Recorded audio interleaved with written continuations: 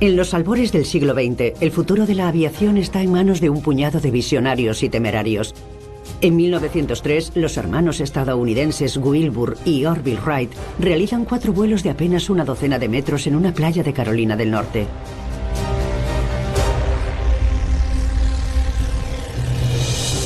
En 1909, Louis Blériot sobrevuela con éxito el Canal de la Mancha, demostrando al mundo que un avión puede tener otros usos aparte de las acrobacias. Después, en 1913, Roland Garros despega de San Rafael en su monoplano y llega hasta Bizerta, Túnez, en 7 horas y 53 minutos. Es la primera vez que se cruza el Mediterráneo. La era de los pioneros se interrumpe bruscamente en 1914 con el estallido de la Primera Guerra Mundial, que revolucionará la industria aeronáutica y alumbrará nuevos héroes.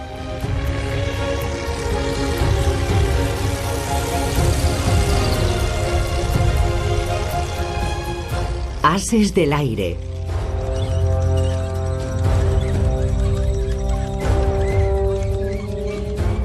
En agosto de 1914, Francia, Rusia y el Imperio Británico están en guerra con los imperios alemán y austrohúngaro.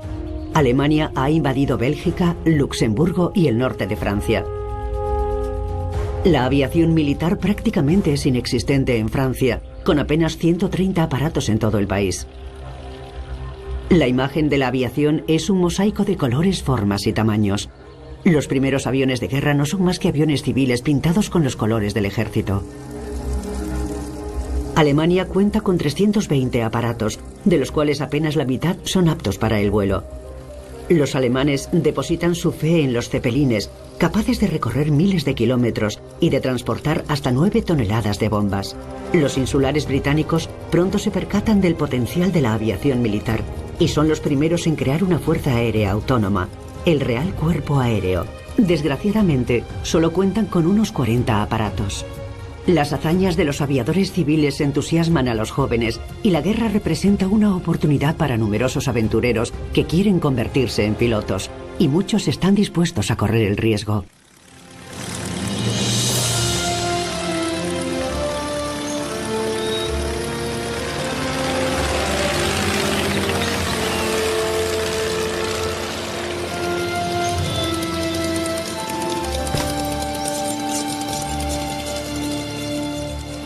Georges Guynemer tiene 20 años.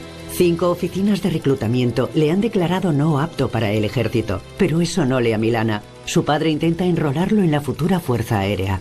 Así que cree que los aviadores son unos vagos. Oh, yo estuve en infantería. Me habría gustado que se ganase los galones, pero lo que quiere es volar. ¿Volar? Eso está muy bien, pero ¿qué espera que hagamos con él? Es un alfeñique. ¿Qué? ¿La infantería no es lo bastante buena para ti? Creen que es incapaz de marchar 40 kilómetros al día, pero se equivocan. Aunque sea delgado como un palo, es muy deportista. Practica esgrima, tenis. ¿Sabes algo de máquinas? Cualquier cosa. No, claro, pero ha estudiado y casi entra en el Politécnico. Puede hacer cualquier cosa, hasta conducir mi coche. Entonces te admitiré en el servicio auxiliar. Serás mecánico en prácticas. ¿Y qué haré? Ayudar a los pilotos a subir a su avión. No tendrás que coger un arma. ¿Por quién me toma? ¿Cree que soy un cobarde? No he dicho eso. Ha querido alistarse. Desde el primer día de la guerra. Muy bien. Avisaré al comandante. Tenemos un nuevo voluntario. Gracias. Bien. Le daremos un mono y haremos que se ensucie las manos para parecer más convincente.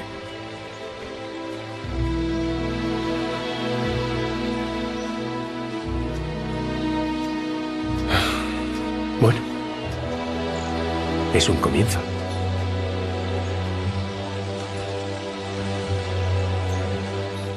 Al comienzo de la guerra, en 1914, Guynemer tiene 20 años. Su padre es un oficial retirado que vive de su pensión. Su madre es descendiente lejana de la familia real francesa. En el colegio interno, Georges Guynemer es un alumno razonablemente bueno, pero, como se diría hoy, bastante rebelde. Durante su adolescencia, Georges Guynemer fue un entusiasta seguidor de las hazañas de los héroes de la aviación civil. Hombres como Louis Blériot, Jules Védrine y Roland Garros, sus logros entusiasmaban a la opinión pública, pero la aviación militar todavía parecía un sueño imposible. El Estado Mayor contemplaba con recelo a estas máquinas voladoras y las consideraba demasiado endebles para ser útiles. Debemos recordar que ninguna nación quería y tampoco sabía cómo librar una guerra desde el aire. La mayoría de los generales no estaban demasiado entusiasmados con esta maquinaria. Era un capricho de jóvenes. No creían que los aviones pudiesen mantenerse en el aire tanto tiempo. Y como dijo una vez un famoso general, ¿cómo van a ver estos jóvenes qué ocurre en el suelo cuando desde el aire la tierra no puede ser más que una mancha borrosa? Era impensable usar un avión para combatir. Apenas soportaba el peso de los pilotos, porque los motores no eran lo bastante potentes. Un grupo de jóvenes pilotos franceses convence al Estado Mayor para equipar los aparatos con cámaras. Esto supone el nacimiento del reconocimiento aéreo y el ejército se percata rápidamente de su importancia estratégica. En septiembre de 1914, los aviones despegaron de un aeródromo próximo a París. Uno de ellos iba pilotado por Louis Breguet, y ese fue el momento en el que la gente se dio cuenta de lo importante que sería la observación aérea. Vio al ejército alemán cuando nadie sospechaba que estuviese tan cerca de París, y esto desencadenaría la primera batalla del Marne. El mariscal Joffre supo cómo utilizar esa información en un contraataque que unió a franceses y británicos contra los alemanes en una gran batalla. Conocida como la Batalla del Marne, es la primera gran victoria aliada de la Primera Guerra Mundial. Nadie podía imaginar que tras la batalla del Marne habría una necesidad tan grande de aviones. La industria alemana no estaba preparada para responder con tanta urgencia, y era prácticamente imposible entrenar a pilotos competentes para sustituir a los que ya habían perdido. Desarrollar una fuerza aérea se convierte en la prioridad para ambos bandos, pero hay escasez de todo. Tendrán que entrenar a tripulaciones de tierra, mecánicos y pilotos. Faltan materias primas. Francia ha perdido el 75% de sus minas de carbón, el 63% de su producción de hierro, el 81% de su hierro fundido, el 90% de su latón y todos los depósitos de hierro de Lorena. Es una catástrofe industrial.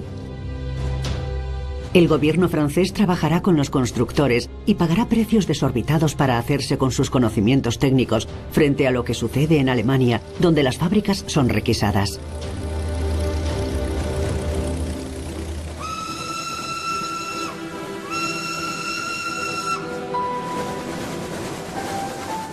Los alemanes van un paso por delante de los franceses y ya han hecho grandes avances en sus aviones de combate.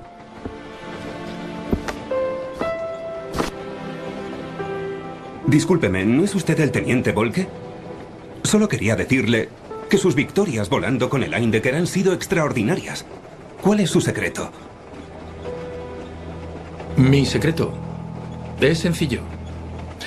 Me acerco todo lo que puedo a mi rival, apunto y lo derribo. Simple. Yo no soy tan eficiente. Ni mucho menos. Solo soy un observador. Dependo de mi piloto. Él siempre hace lo que quiere. Parece que le gustaría disparar. Hágase piloto. Estará solo y la culpa será suya. Oh, esa es precisamente mi intención. Convertirme en piloto. El mejor piloto de combate. ¿Y tiene nombre el mejor piloto de combate? Manfred von Richthofen. El año pasado todavía era oficial de caballería. Pero, ¿ha probado hacer un reconocimiento a caballo entre las trincheras y las alambradas? Nos reasignaron a todos a infantería, donde pasaba los días cazando jabalíes. Así que escribí a mi superior y le dije: Excelencia, no he venido a la guerra a transportar leche y queso apestoso. No, exagera. No creo que le haya escrito eso a un superior. ¿Por qué, señor? ¿Porque soy un prusiano educado y de buena familia? Escribí eso, Herr Oberleutnant, y me trasladaron a las fuerzas aéreas. En 1915, Manfred von Richthofen tiene 23 años. El futuro Barón Rojo tiene ascendencia aristocrática. La tradición dicta que debe servir en la caballería, pero él ha decidido asaltar los cielos. El encuentro de Richthofen con el as alemán Volke inspira al futuro Barón Rojo a convertirse en el mejor piloto de la historia. Oswald Volke estaba considerado el mejor piloto alemán de combate. Había desarrollado y compartido reglas para el combate aéreo. Hacía vuelos de demostración y tenía mucho éxito. Sus cualidades humanas lo convertían en un líder ejemplar. ¿Listo? Listo. Richthofen pronto se dará cuenta de que montar a caballo es más fácil que pilotar un avión. Otra vez. ¿Listo? Izquierda. Concéntrese, maldita sea. Allá vamos. Izquierda. Derecha. Izquierda. Izquierda y derecha.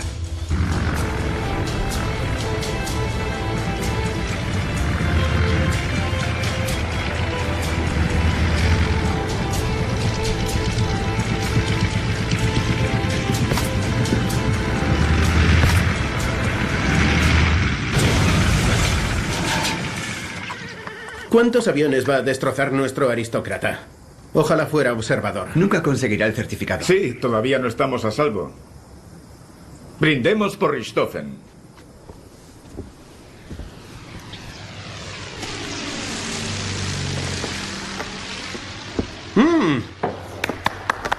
Enhorabuena. ¿Richthofen? He hecho todas las maniobras correctas. Es solo que la máquina no ha reaccionado como siempre. Oh, sí, claro. Es culpa del fabricante. No seamos tan orgullosos. Ha sido miedo, nada más. No ha tenido nada que ver con el miedo. Por supuesto que sí. El miedo nos hace torpes. Nos incapacita para controlar el equilibrio del avión o pensar con claridad. Una cosa lleva a la otra. Se equivoca de maniobra, entra de moro y rompe alguna madera. ¿Habla por experiencia? Ya basta. Cálmense. Todos tenemos miedo. Creemos que no somos dignos de defender la patria, pero despegar con eso requiere valor. Le he observado. Para ser su primer vuelo en solitario con tan poca práctica, obviando el aterrizaje, no ha estado nada mal. Créanme, Manfred muy pronto será el mejor piloto de combate. Adelante.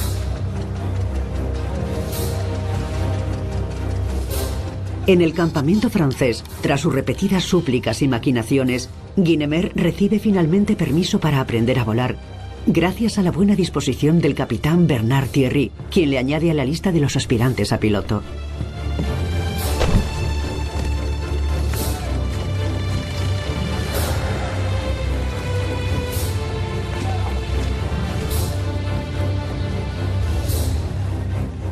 Un mes después, Georges Guynemer realiza su vuelo de bautismo y recibe su diploma militar, pero es torpe y daña varias máquinas. La opinión general es que acabará matándose, o peor aún, a su observador o a sus compañeros de tierra. Guynemer y Richthofen no son los únicos que experimentan unos comienzos difíciles. El alemán Ernst Udet tiene tan solo 19 años cuando llega a la base de San Quintín. Sabemos que rechazaron su solicitud de ingreso. Udet solo medía 1,60. No procedía de una familia noble o privilegiada. Acabó siendo motociclista voluntario en la retaguardia, en un papel que no le iba lo más mínimo. Él estaba entrenado para ser un oficial y presentó su solicitud una vez más para las fuerzas aéreas, y esta vez tuvo éxito. Tras un bombardeo, Udet se estrella. Pasa 14 días en un hospital y sale listo para intentarlo de nuevo.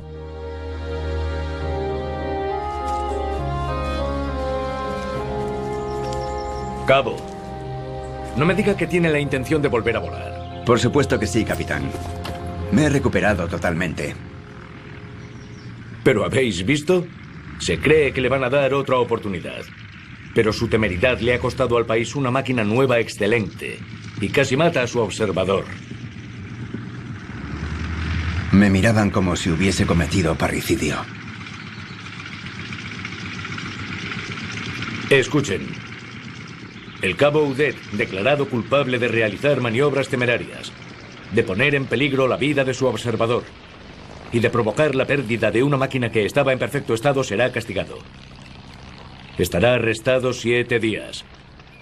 Por favor, preséntese inmediatamente ante las autoridades. No queremos volver a verlo en un aeródromo. Que esto les sirva de lección a todos. De acuerdo, vuelo temerariamente. Sí, está prohibido. Pero por culpa de un puñado de burócratas que nunca han pilotado un avión. No podrán librarse de mí. Me habían castigado injustamente y yo solo pensaba en mis padres. Mi padre estaba muy orgulloso de que yo fuese piloto. ¿Qué iba a decirle? ¿Que me iban a meter en la cárcel y a dejar de lado como a un trasto inútil? Desde el invierno anterior, la guerra se ha intensificado y el Estado Mayor de ambas fuerzas enemigas ha empezado a darse cuenta de que esta será una guerra de desgaste. El ejército francés ha cursado un pedido de 500 aviones, pero enseguida surgirán las dificultades. Los constructores se percatan de que en un año solo podrán construir 167 de las 500 máquinas solicitadas. Por entonces solo hay 2 tipos de motor: el motor en línea que utiliza la industria automovilística y el motor rotativo que se usa en aviación. Este último tiene 2 pegas importantes: es difícil de montar y hay muy pocas fábricas en Francia capaces de construirlo. Por el contrario, los motores en línea son rápidos y sencillos de fabricar y se construyen a docenas por fábricas de todo el país. Desgraciadamente, estos motores en línea son muy pesados. A estas alturas de la guerra, la mejor solución es que los aparatos usen el motor rotativo, que es mucho más ligero. El ejército francés cuenta con 4 modelos de aviones: el Farman 7 para reconocimiento, el Caudron GR para dirección de artillería y observación, el Morane Saulnier para Sol para combate aéreo y el Boissin LA-5 para bombardeo. En este momento de la guerra, Francia es la dueña de los cielos. Los aviones biplaza siguen siendo los más comunes y utilizados.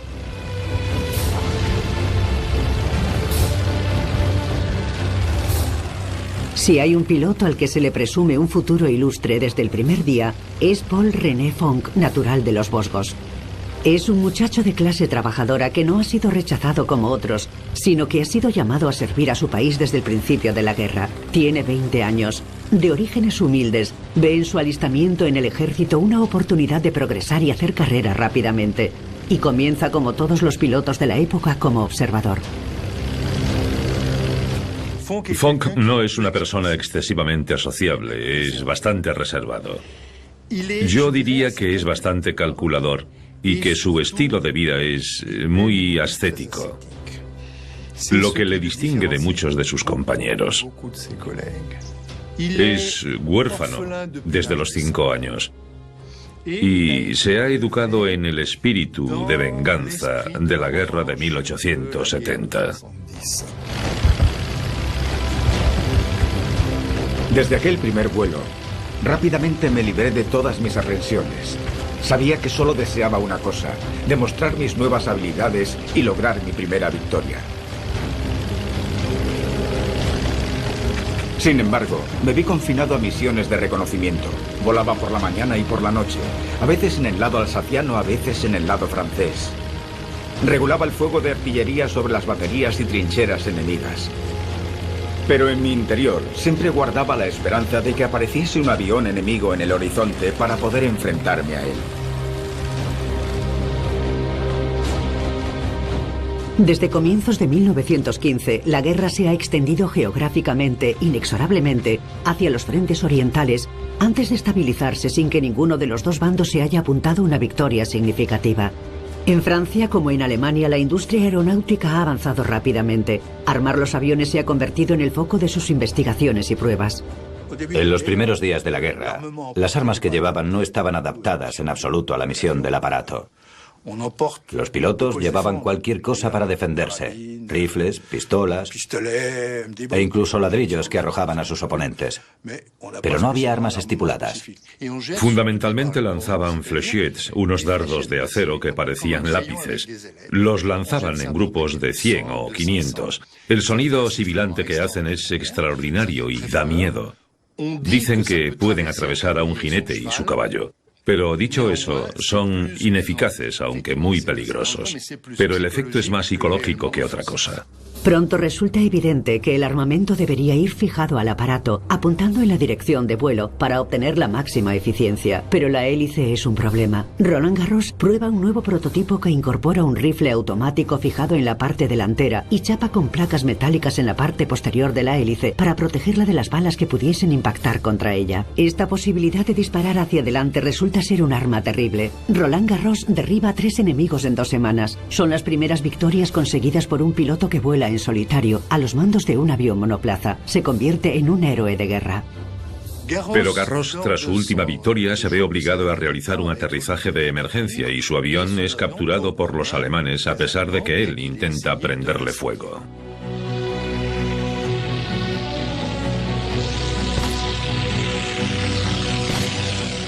En la misma época, Guynemer es enviado a perfeccionar sus habilidades con la escuadrilla MS-3 Cigüeña de Vosgien a las órdenes del comandante Brocard. Recién llegado, ya pone en peligro otros 2 aviones. «Líbrese de ese enano idiota», dice Brocard a Vedrin. El admirado piloto Vedrin se pone de parte del joven y vaticina que pronto demostrará su valía. Vedrin, héroe de la infancia para Guynemer, se convierte en su mentor. Guynemer está entusiasmado. A partir de ahí, todo cambia. Esa mañana, Guynemer solicita autorización para volar, acompañado solo por su mecánico, Gerder. Tenga cuidado, cabo. No se lo cargue. ¿No confía en mí? Después de tanto tiempo, sé cómo manejar esta máquina. Sé desmontar un carburador, arreglar una válvula. ¿Y soldar un tubo de combustible? Perfectamente. Ah, puede ser. Pero no tan bien como yo. ¿Esas botas son lo mejor que tiene? ¿Eh? ¿Qué quiere decir? Que no son adecuadas para volar. ¿Volar? ¿Ahora? Cogeremos el aparato y saldremos. ¿Solo usted y yo? Pero tiene... ¿Autorización? Sí. Bien, solo necesito un minuto para ponerme algo. ¿No le sirve lo que lleva? Bueno, sí. Pues déjelo. No hay un momento que perder. ¿La ametralladora está cargada? Lo he comprobado todo. Esperemos que sí. ¿Quién sabe con qué nos encontraremos? Baches y boches. Vamos allá entonces. Como escribió un periodista, el avión se convirtió en su amigo, el mejor que tenía, una extensión de sí mismo. ¡Dale!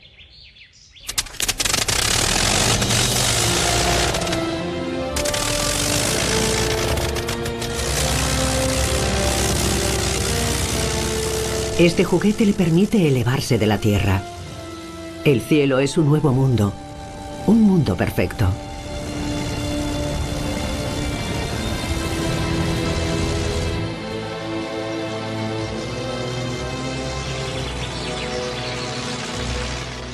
Volar en esta época es tremendamente peligroso. Para encontrar el valor para despegar o participar en combate, los aviadores deben aprender a olvidar la extrema fragilidad de sus máquinas. Hay quien dice que soy un novato, inexperto.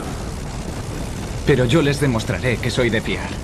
Ayer, Gerder y yo instalamos un nuevo trípode diseñado para apoyar la ametralladora. Solo espero que no se atasque. Esperaba encontrarme con un alemán y llenarlo de agujeros. Un avión alemán aparece de repente desde el sol. ¿Dónde está ese malnacido?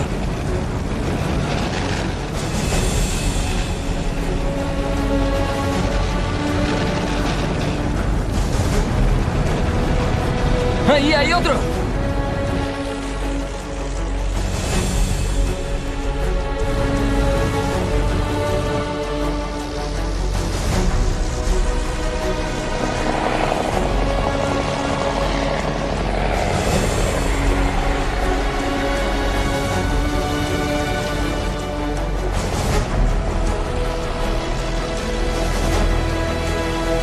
¡Gerder, dispare!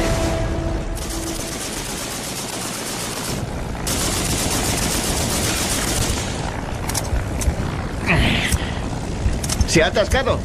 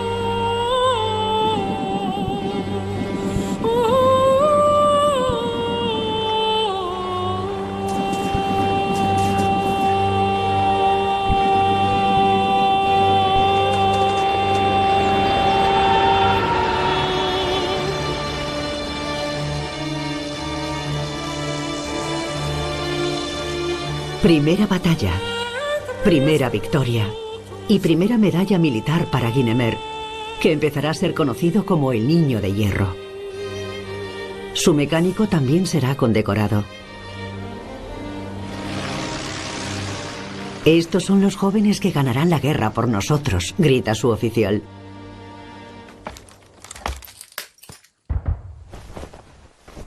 Dos días después de la primera víctima de Guynemer, el 21 de julio de 1915, Paul René Fonck prueba finalmente el combate.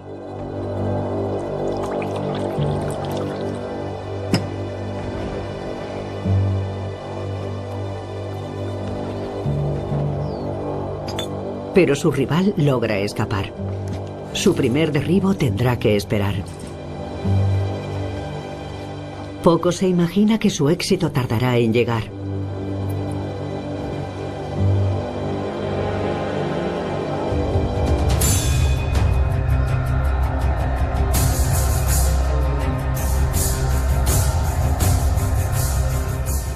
La guerra se prolonga ya desde hace 12 meses, mientras que al principio del conflicto las grandes potencias europeas eran las únicas involucradas. Las alianzas y el deseo de controlar las colonias de otras naciones la han convertido en un conflicto global.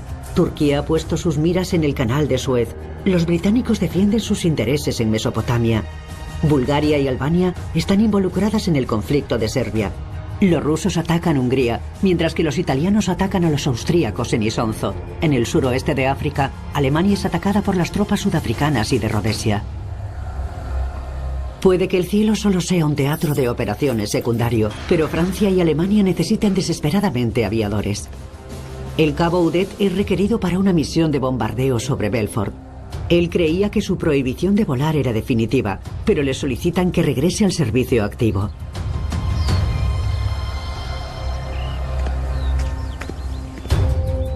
Los alemanes, que han logrado apoderarse del avión pilotado por Roland Garros, confían que les inspire para perfeccionar su propio material. El ingeniero holandés Anthony Fokker, que trabaja para ellos, ha desarrollado una ametralladora que funciona sincronizada con las hélices. Ha equipado los nuevos motores con estas armas y ha nacido la serie Fokker.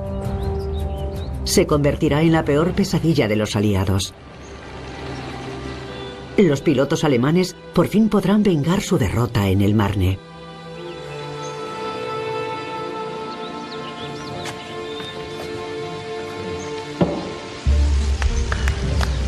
Aproximadamente en esta época, Manfred von Richthofen, cuyos vuelos de entrenamiento han dejado huella, recibe su insignia de piloto. En febrero de 1916 comienza la interminable batalla de Verdún. Verdún es la batalla más importante en la historia de la guerra. Comienza el 21 de febrero de 1916. Francia prácticamente no cuenta con escuadrones con los que enfrentarse a los bien organizados alemanes. Verdún fue uno de los primeros ejemplos de estrategia de agrupamiento de fuerzas armadas. Hubo una concentración de aviones cuya misión era apoyar a las fuerzas terrestres en su ataque. Es un gran problema para nosotros, porque no solo van a por los aviones de observación, sino también a por los de combate. Los pocos aviones de combate que tenemos son derribados por grupos de aviones. Las primeras batallas encarnizadas tienen lugar en los cielos de Verdún. Llueven miles de proyectiles sobre el lado norte y noreste de Verdún. Y muy pronto crean un paisaje que se ve en las fotografías tomadas en su momento. Parece un paisaje lunar.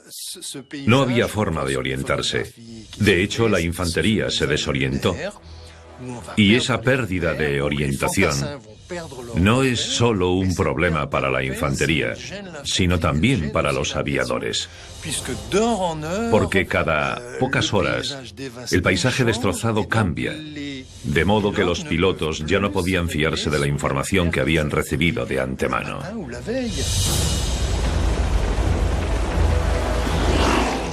Aunque Alemania domina los cielos, los jóvenes pilotos franceses no tienen miedo a volar a pesar del alto riesgo. Guynemer lucha lejos de Verdún, en el Somme, y como perfeccionista que es, no deja nada al azar.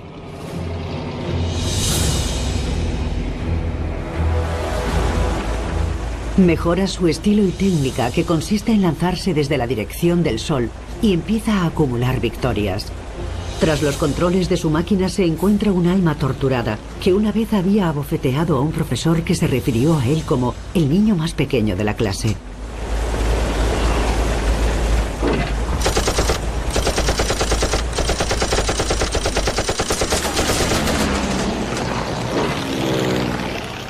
El mocoso que sigo siendo ha estado a la altura una vez más. He vengado a un amigo que fue derribado ayer. Y no he recibido ni una bala. La diosa Fortuna sigue conmigo.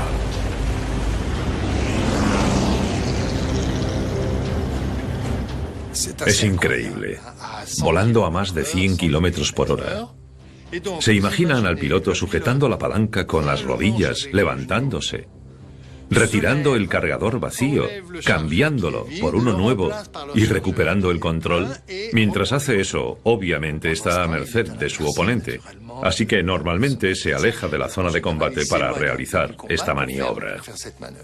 Además de para bombardear, la aviación se desarrolla inicialmente con el objetivo de realizar observaciones y ajustar la artillería. Pero por supuesto eso genera un efecto en cadena. Los cazadores se convierten en cazados. Cuando intentamos proteger a nuestras fuerzas aéreas, incluidos los aviones de combate. De modo que el combate aéreo se convirtió en una actividad en sí misma. Esta tragedia, que ya ha matado a casi 1 millón de personas en 2 años, hace que el público se interese por los pilotos. Cada una de sus hazañas es un faro de esperanza que brilla en la oscuridad y se decide llevar el recuento de sus victorias, que se cuentan por derribos. En Francia, necesitabas 5 victorias confirmadas para convertirte en un as. Y para que la victoria se registrase, el aparato enemigo tenía que ser derribado ante 2 testigos franceses y caer tras las líneas francesas. De lo contrario, era un derribo probable. En Alemania, una victoria tenía que ser confirmada por al menos 2 testigos. Lo ideal era que el aparato cayese en el lado correcto de las líneas enemigas, y entonces se validaba el derribo. Los ingleses confían en la palabra de honor de un hombre. Eso significa que si 2 aviones ingleses atacan al mismo enemigo, ambos pueden reclamar la victoria. No obstante, eso puede crear cierta confusión si se comparan esas victorias con los aviones que se derriban.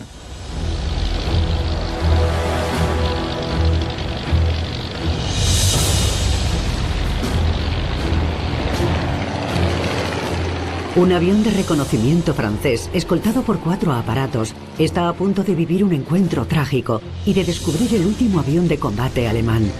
El Fokker D2 es el primer aparato equipado con ametralladoras sincronizadas. Udet ve su primera oportunidad. En inferioridad numérica de 5-1, el joven piloto alemán entra en combate con la alocada temeridad de la juventud. Siguiendo las instrucciones de su maestro, Oswald Boelcke se lanza sobre su enemigo desde arriba. Cuando esté a 80 metros empiezo a disparar. Pero solo si estoy seguro del éxito. Más cerca, más cerca, más cerca. 50 metros. 40. 30. Fuego.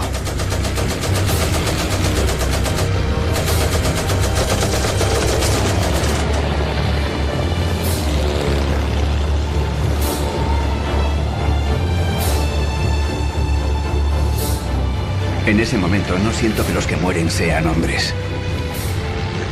Es duro, es cruel, pero es la despiadada realidad de la guerra.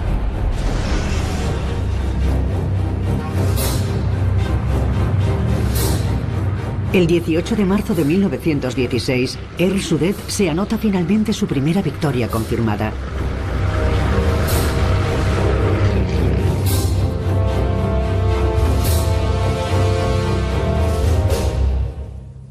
El aspecto caballeresco de estos duelos aéreos a menudo ha sido destacado por la literatura, el cine y los medios, pero ¿tiene una base real? Se ha hablado mucho de caballerosidad en la Primera Guerra y, en general, son tonterías. Solo iban a matar a sus rivales y no les importaba cómo hacerlo. Lo importante era alejarlos del frente. No te despedías de tu rival porque se hubiese quedado sin munición, porque podía volver al día siguiente y matarte a ti o a tu mejor amigo. O sea que si podías matarlo, lo matabas.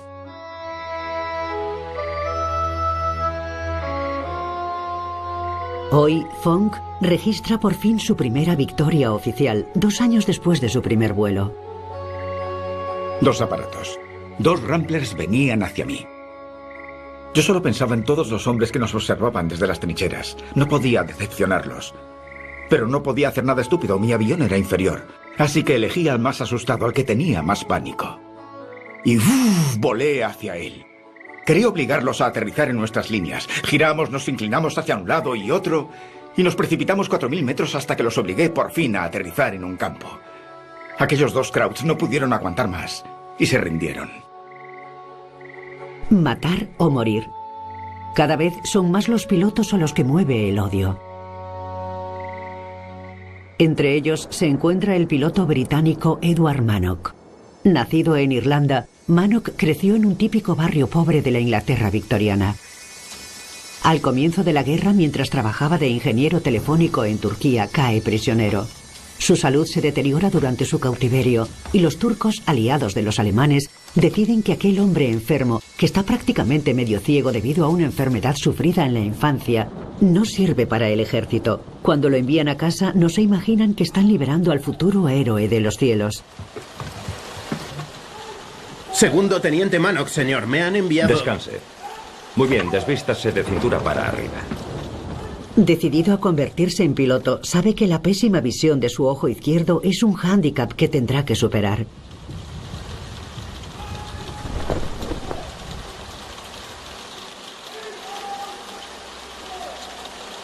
¿Otra vez? ¿Qué tal esa vista, muchacho? Bien, muy bien. Vuélvase. Tápese el ojo derecho. Ya.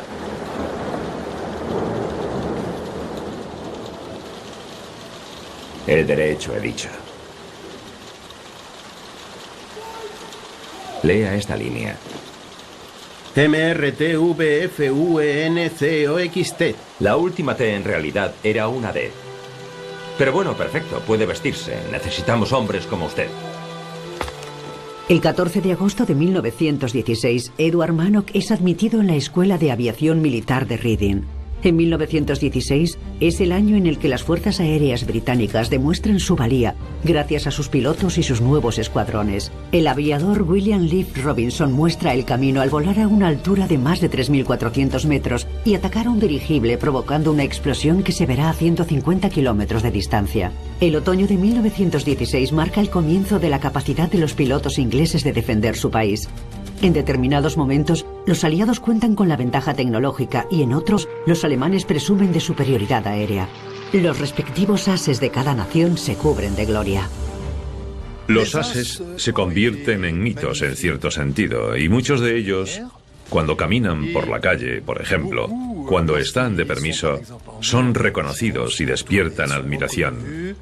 No olvidemos que son jóvenes de entre 20 y 25 años. Cuando empiezan a hacerse famosos, naturalmente, se genera una especie de cortejo a su alrededor, al que, evidentemente, no son inmunes. Y en ocasiones, una estrella del escenario en ciernes conoce a una estrella del cielo. Adiós, queridísima. Gracias, gracias. Yvonne Prantin, que hizo su debut a los 14 años en el Folies Bergère y el Sigal en papeles bastante picantes, llama la atención de Sasha Guitry. El autor se ha enamorado locamente y ha empezado a escribir obras para ella.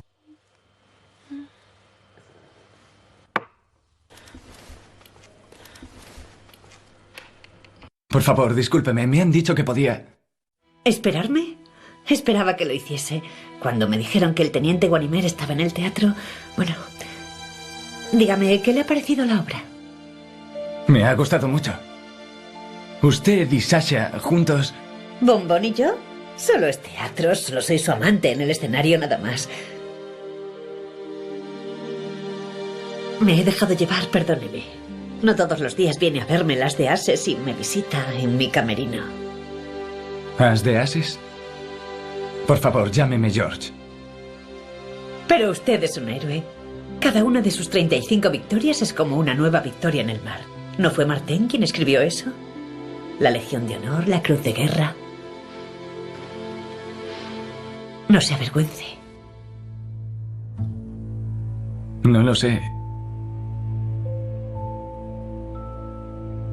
Y además modesto. Recuerde, los aviones los construyeron para usted. ¿Cómo le han llamado al nuevo? El Spad. Sí.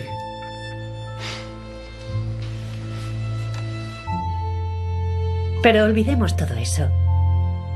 ¿A dónde vamos? ¿A qué se refiere? ¿Qué tal Maxime? ¿Vamos? ¿Lo conoce? Suena perfecto. Ambos jóvenes pronto se convierten en la pareja más glamurosa de Francia y casi logran que el pueblo se olvide de la guerra. En los cielos de Verdún, la Fuerza Aérea Francesa, que había sido aplastada numéricamente al principio, vuelve a estar en plena forma. La batalla de Verdún supone un hito decisivo y demuestra que la superioridad aérea es corolario esencial de la guerra terrestre. Francia pasa de tener 10 a 111 escuadrones y de 130 aviones a más de 1100 en el frente. Gracias a Guynemer, Nungesser y muchos otros pilotos, los aliados reconquistan los cielos de Verdún y causan bajas tan cuantiosas a sus enemigos que el alto mando alemán no tiene más remedio que buscar la forma de replicar.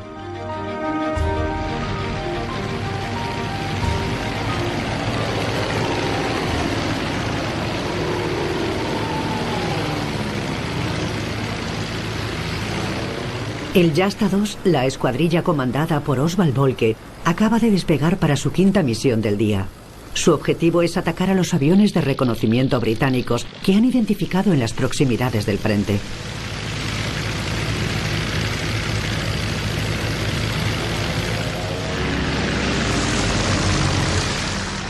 Bajo las órdenes de Boelcke logré mi primera victoria un mes antes. Fue él quien me lo enseñó todo.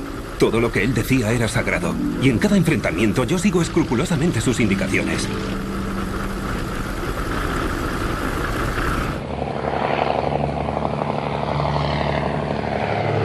Hay que asegurarse siempre de tener una posición ventajosa antes de atacar. Subir antes de aproximarse para sorprender al enemigo desde una altitud mayor.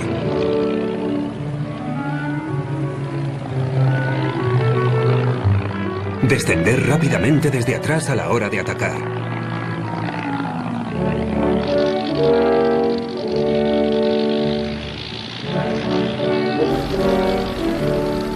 No disparar hasta que el enemigo está a nuestro alcance y perfectamente alineado con nuestra mira.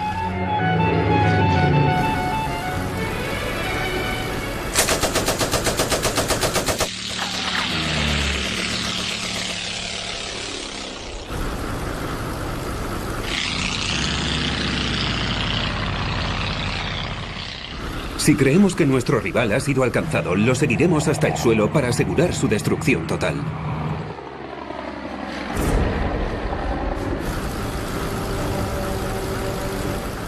En medio de una maniobra de ataque, Boelcke es alcanzado por el fuego de un avión de su propia escuadrilla.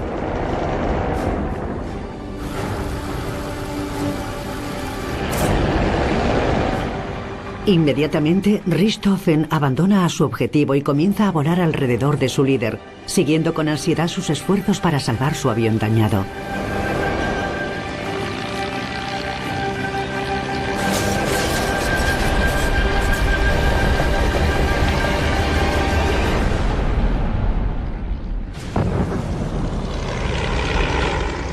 Oswald Boelcke se fractura la columna y fallece en el acto. Fui elegido para representar a su escuadrilla y portar sus medallas en su funeral, en la Catedral de Cambrai. Mi pesar por su muerte era tan profundo como si el fallecido hubiese sido un querido hermano mayor.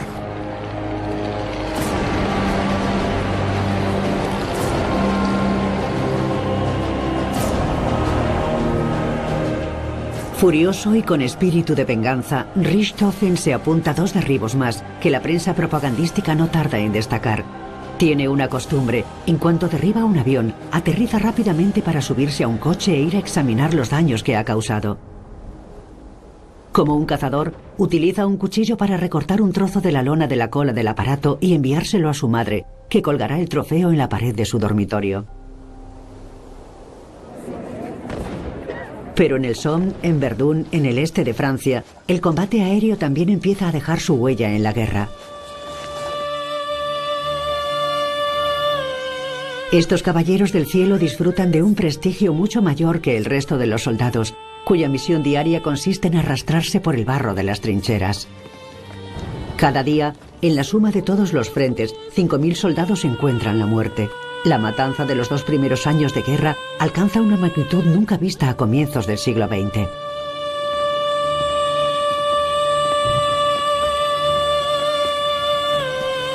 Mire, capitán, la escuadrilla cigüeña. ¡Alto! Calma, acaban de relevarnos del frente y a mis hombres les gustaría ver a Guynemer si es posible. Ese es su avión, el viejo Charles. Teniente Guynemer, le vimos ayer. Sobrevoló nuestras trincheras y nos dio valor. Baje el arma. ¡Formen! ¡Atención! No quiero que se ensucie la mano. No se preocupe. Cuando empecé, mi capitán creía que mis manos estaban muy limpias.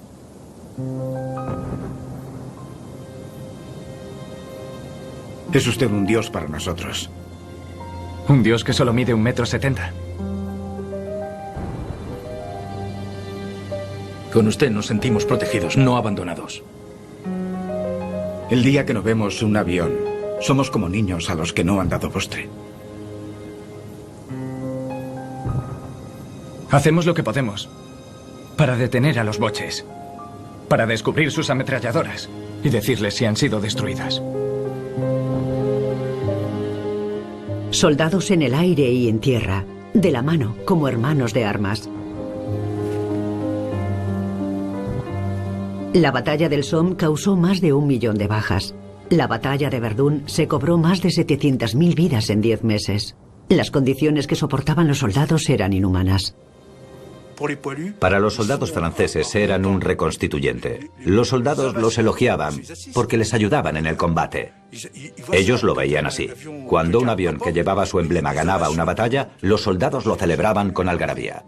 Creo que la mayoría de los hombres que estaban en tierra no se habrían subido a un avión ni por amor ni por dinero. La consideraban una ocupación muy peligrosa, porque ellos se arriesgaban. Salían de sus trincheras y cargaban contra las ametralladoras, pero solo de vez en cuando, puede que cada 2 meses o así. Pero los pilotos se arriesgaban todos los días, combatían todos los días, caían envueltos en llamas todos los días.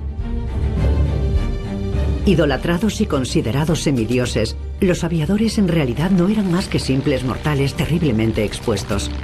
El 23 de noviembre de 1916, Richthofen libra y gana un terrible duelo con el gran as del aire británico, Le Neuhawker, y no cambia sus costumbres, aterriza cerca de su víctima para llevarse un recuerdo.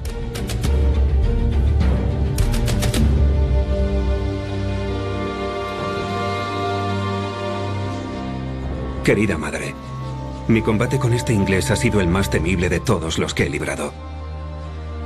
Cuando estábamos a 1000 metros del suelo, me saludó con la mano. Pero yo acabé alcanzándole en la cabeza con una bala. Se estrelló detrás de nuestras líneas y su ametralladora quedó atascada en el suelo. Ahora decora la pared de mi dormitorio. 1916 llega a su fin. Richthofen y Guynemer pronto tendrán que enfrentarse a una nueva generación de pilotos. Fonck, Udet, Manock, además de estadounidenses, canadienses, belgas, italianos y rusos. La guerra aérea y la industria aeronáutica entrarán de la mano en una nueva era.